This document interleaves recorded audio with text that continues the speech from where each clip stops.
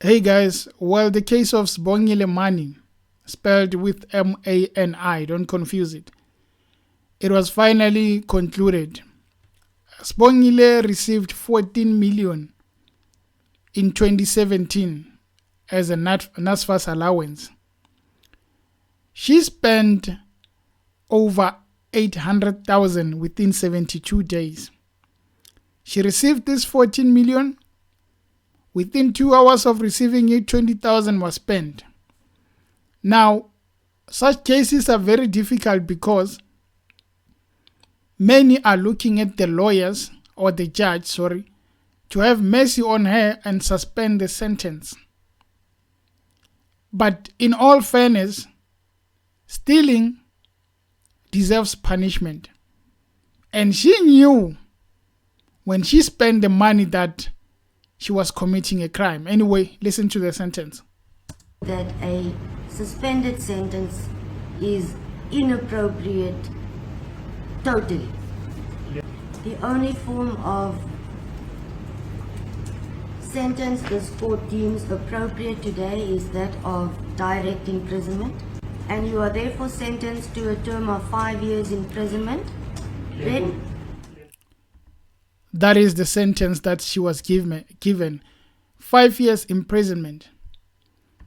Many are saying that, come on, the judge should have had mercy on her. But stealing is crime. The lady received money. She's a mother of 2. The lady received money. She knew it wasn't hers. And she spent the money. She spent it so quick so that by the time they take that money, or by the time they notice, she would have spent everything. That's where the problem comes. You spend that money. Obviously, they will know. There will be consequences. She should have spent at least less than 50,000. She would have accounted. Maybe they would have understood. But 800,000 on useless things. Now, getting that 5 years, they had mercy on her, to be honest. She could have had a long time. They had mercy on her. Now, as much as she is at fault, we need to look at the bigger picture. That is, these public service employees, the government, most of these including the one from Nsfas, who decided to pay 14 million, confusing it with 1.4. These people who paid her that money, they are the first ones who should be arrested, and unfortunately no one will be arrested because the money is being stolen. Government money is always being stolen each and every day, and they come up with excuses. Most of them are not even identified. But here is a heist gone wrong at Nsfas. A heist gone wrong at Nsfas, where they were stealing 14 million. How much money have they stolen that was not even discovered? They tried to steal 14 million and then they put it at the wrong account. That's what happened. There is no way that someone decided to add 4 more zeros. They decided to add more than 4 zeros into that 1.4. They didn't pay 14,000. They didn't pay 140,000. They paid 14 million. And she received that money. She didn't ask for it, but unfortunately she spent it. She could wish that she should have just alerted the law service, the law enforcement services. She should have just alerted the police. And if she had done that, they would have been on the case. But the person who was stealing that money is out there somewhere doing the same thing again.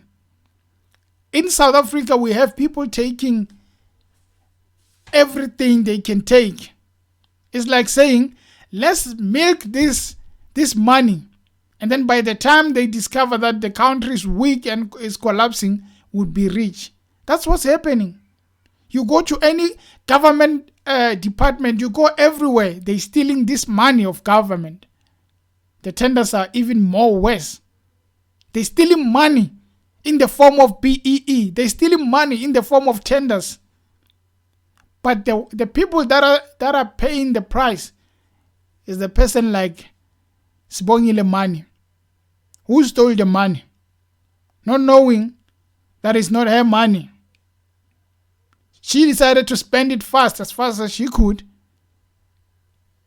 She's paying the price.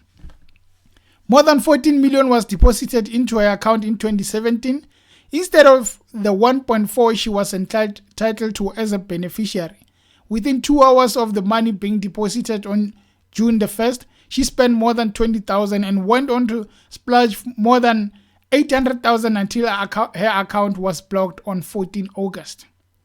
So these people who decided to steal that money were busy searching for the account that is busy active spending that money because they couldn't trace it. Now they found her spending more than 50,000 per day, enjoying that money with her friends who are not even there at the moment. Now she has to go for 5 years. That's a lucky escape. And the problem in South Africa is no one gives a damn. They all think that it was just a mistake. Nothing becomes a mistake. Nothing so big becomes a mistake. There is also a crime in SASSA where people are defrauding SASSA of the money. They are getting fraudulent. They are creating ghost accounts. They are getting paid for ghost accounts. There are people who are getting money by Home Affairs, making fraudulent IDs, fraudulent passports. The employees are involved. There are people who are getting money by the licensing departments, doing fraudulent things by the licensing department. No one says a thing. Fikile Mbalula came and said 30,000 accounts where ghost employees were receiving money, salaries each and every month. Nothing is being done by it. He just said we stopped paying those people. Nothing is being done by it. And then you think 14 million was deposited by mistake. 14 million. Ain't no way in hell. There is no way that was deposited by mistake. They are stealing the money so that the poor remain poorer while they die before they could even finish half of those money. What a shame to go on as if life is normal, knowing that you just deprived someone of their future that they could have had. What a shame to this country. And unfortunately, nothing will ever stop.